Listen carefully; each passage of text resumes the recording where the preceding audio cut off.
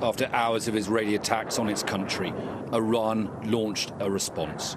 More than 100 ballistic missiles were fired at Israel in multiple salvos.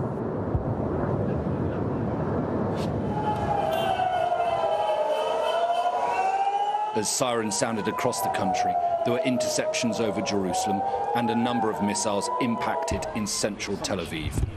There were reports some people were likely wounded and buildings damaged. This attack on a major Israeli civilian center could well trigger an escalation in this war.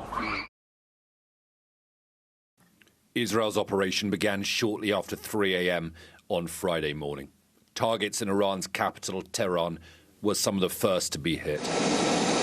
200 Israeli aircraft took part in the opening hours, hitting around 100 targets, including leaders of the Revolutionary Guard and nuclear scientists.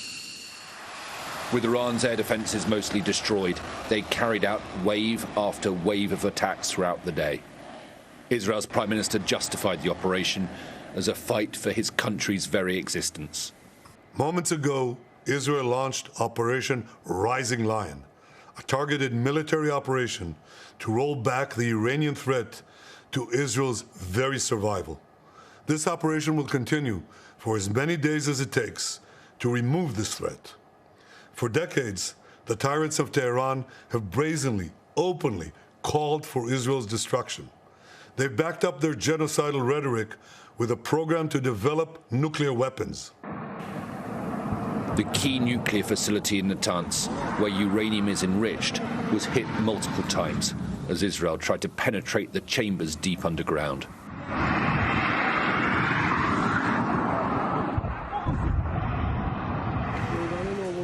Iran said that civilians, including children, were killed in some of the strikes and vowed to retaliate. This barbaric act that violated all international commitments confirms the criminal nature of the illegitimate Zionist regime that has based its existence on occupation, aggression and killing children. Missile launches in Iran were also targeted. Mid-morning, Iran launched 100 drones towards Israel, but they were all shot down before they reached Israeli airspace. In an extraordinary covert operation, Mossad spies operating deep inside Iran took out ballistic missile sites from the ground, using their own drones smuggled into the country in preparation. Israel has warned that the operation could continue for days, possibly weeks. It is a dangerous moment for the Middle East. The region is on edge, but Iran has few allies coming to its defense. World leaders have urged de-escalation, but Israel and Benjamin Netanyahu see this as an historic opportunity to destroy Iran's nuclear program and, maybe, even the regime itself. Alistair Bunkle, Sky News, in Jerusalem. The UN Security Council has met to address the latest escalation in a region in turmoil, attention now turning to Donald Trump and how he will respond. Israel and Iran both spoke. The Iranian representative has accused the US of being complicit in the attack. The United States' complicity in this terrorist attack is beyond doubt. The officials of the United States have expressly and brazenly confessed their willful aid and assistance in the crimes and gross violation that Israeli regime committed as of last night, including the deliberate transfer of arms. We will not forget that our people lost their lives as a result of the Israeli attacks with American weapons.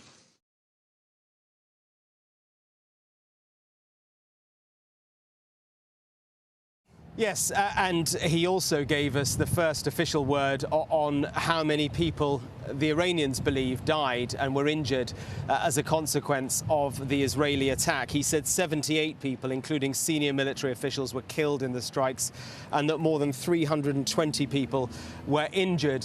He claimed most of them were civilians. And as you said, the Iranian UN envoy also accused the United States of, as he put it, providing intelligence, political support for the Israeli strikes.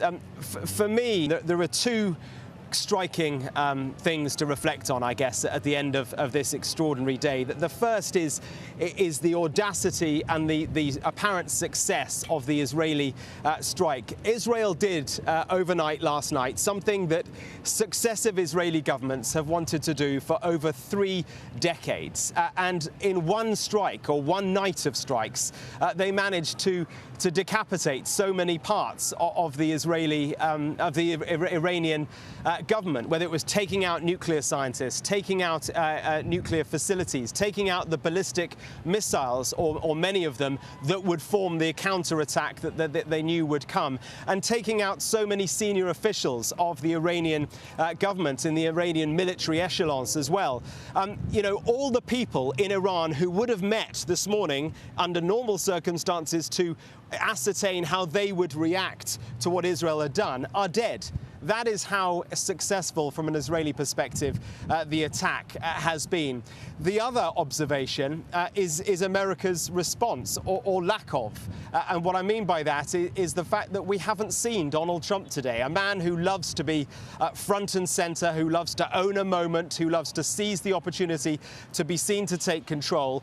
He released a lengthy statement this morning on social media, on Truth Social, where he appeared to be playing the good cop to Netanyahu's bad cop, effectively saying, look, Iran, we told you, we tried to get you a deal, we tried to talk to you around the negotiating table, you didn't want to do it, now look what's happened. That was the essence of his statement on social media, but we haven't seen him. We know that he met his National Security Council this morning in the Situation Room. We don't know what was discussed, and no word at all this afternoon from the American president. He's trying to thread a very tricky needle right now. He is a president that likes to portray himself as a peacemaker.